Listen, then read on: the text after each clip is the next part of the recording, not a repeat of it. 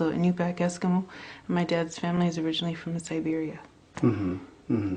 And now, I mean, before you became Muslim, were there certain tribal customs that your family adhered to or still adhere to today? Yeah, some of it's tribal and some of it's religious. They were also Russian Orthodox. Alaska was somewhat owned by Russia for a while, so my grandmother was Russian Orthodox, and so my dad still follows that, and there's some native things that they still do that's very cultural that you wouldn't find in like regular Americans. Right. So, So how is it that you came to be Muslim?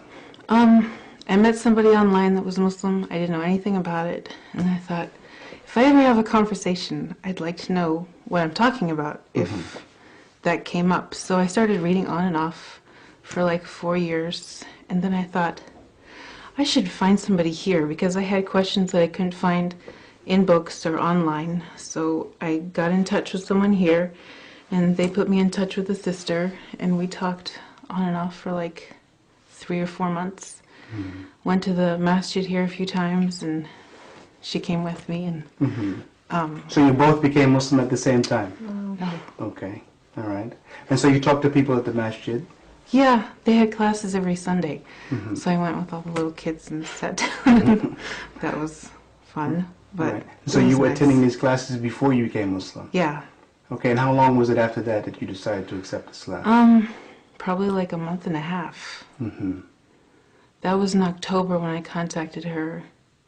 They had Ramadan in between that I didn't know about. I was bummed. I was like, I wish I knew about that. I wanted to go, but I didn't know about it. So then in January, I took Shahada, and she came with me.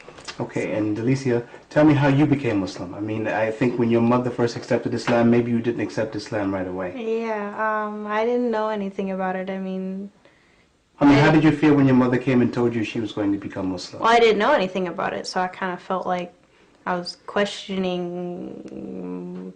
our religion before that, and, you know, I started So let me thinking ask you, a you said lot. you were questioning your religion before that. What were the questions you had about your religion before you became Muslim? I was like, if Jesus is God and stuff like that, you know, like the divinity that Christianity gave to certain figures that really had no right for it. And I was really kind of protesting. I didn't like if she was praying, I'd try to be like subtly loud to distract her, you know. God, I was a terrible person. I feel really bad for that now.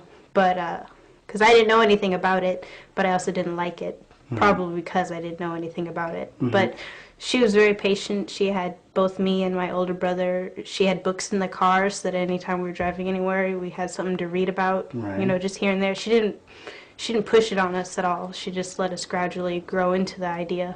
And she introduced us to a local Muslim family, and I'm good friends with one of their daughters now, and that really helped me, you know, cross over that line to make my decision to become a Muslim. Was the influence that the family had on me. Alhamdulillah. But sister, let me ask you, your family, I mean your mother and father and your immediate family, what was their reaction when you became Oh, my Muslim? mom was like, that was really fast. I'm like, Mom, 4 years, you think that's fast? That's not really fast. I read about it a lot. And she was like, oh, well, okay. And then my dad was fine. He was pretty cool. One time we were going to a family function, or family friends were there. I can't remember what exactly, but I kept taking my scarf off and putting it on and taking it off and putting it on. And he was like, what are you doing? And I was like, I don't know if I should wear this. And he's like, you look fine, just wear it. I'm like, oh, that's nice. So in Native culture, too, women wear scarves. No, tell me a bit about that. You said in the Native culture, the women wear scarves.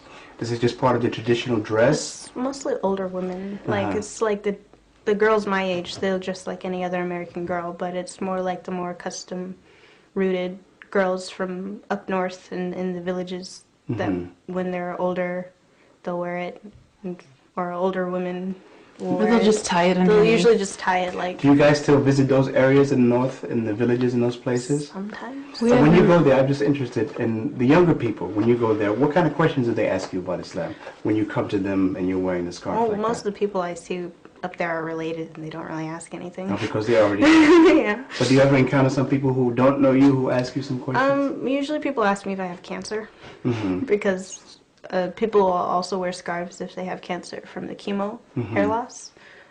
People will ask just basic questions like, oh, why do you wear that? And you have to explain that. And usually people are pretty receptive and they don't like try to talk you out of it or anything. Because, I mean, it's already in the culture. Women already wear it. I'm just a little younger than the people who usually already wear it. Mm-hmm. Mm-hmm. And let me ask you, maybe the women you have encountered, what are some of the questions they ask you about Islam, or the most common questions you get asked? I did run into a friend from high school, and her mom was like, "What are you?" I said, "I'm Muslim." She says, "No, you're Eskimo first." I'm like, "Yeah, I'm Eskimo too, but I'm also a Muslim." She's like, "Oh." Usually they're not very confrontational. They won't like... But what does it mean if somebody say you're Eskimo? I mean, what is it Eskimo? What does it mean to be Eskimo? Well, there's two main kinds in Alaska. You're either Yupik or Inupiaq, and we're Inupiaq. So we're from like around the Arctic Circle and up.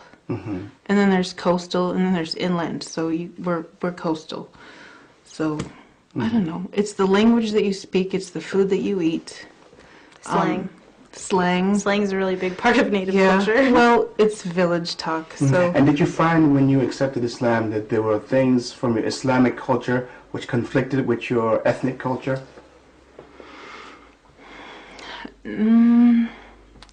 Well, when Alaska was first settled, it was settled by the missionaries. So they brought Christianity here. They didn't have a lot of those beliefs before. There was shamanism, belief in animals and reincarnation. Reincarnation is still part of the culture too. Yeah, that's really big. When babies are born, they're usually given an Eskimo name by the person who died recently. before. So they think that you're going to get that. So you'll meet people that they'll call them their uncle, but they're like, 5. So they'll get either that respect